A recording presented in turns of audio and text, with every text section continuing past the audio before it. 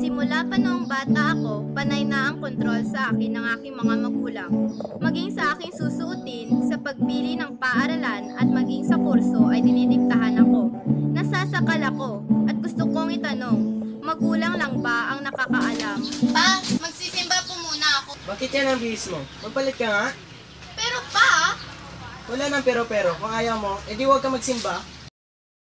na po ako sa high school, gusto ko po sa Wattpad University ako mag-aaral. At saka fine arts po ang kukunin kong kurso. Management ang iyong kukuning kurso. At sa hashtag university ka pa rin mag-aaral.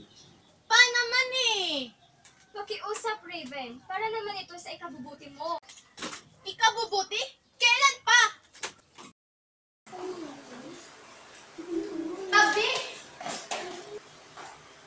Salamat sa pag-reserve ng upuan, miss. O, ito pa, basura mo. Ano ba? Ano ba? Akala ko ba matalino ka? Ano yung suot mo? Costume? Para magmukha ka matalino? Kawawa ka naman. Raven, ano ginagawa mo? Bulag ka? Yan ang bagay sa'yo. Pakialamera. Sabi ng mga klase mo, namubuli ka daw. Alam mo namang mali yun, di ba? May problema ba? Kasi parati na lang niya akong dinidiktahan. Pati nga po pagpili ko ng kurso siya na gumagawa. Bukas, pupuntahin mo ang mga magulang mo dito sa school. May! Pwede ba tayo mag-usap? Sige. Tawag ka doon sa principal natin, ah. Oo, nambuli kasi ako. Bakit ka nang bully? Si Daddy kasi, parati na lang niya akong dinidiktahan sa lahat ng gusto ko. Pati nga pagpili ko ng kurso, siya nang gumagawa. Ganyan din ako dati. Eh, anong ginawa mo? Sinabi ko sa kanila.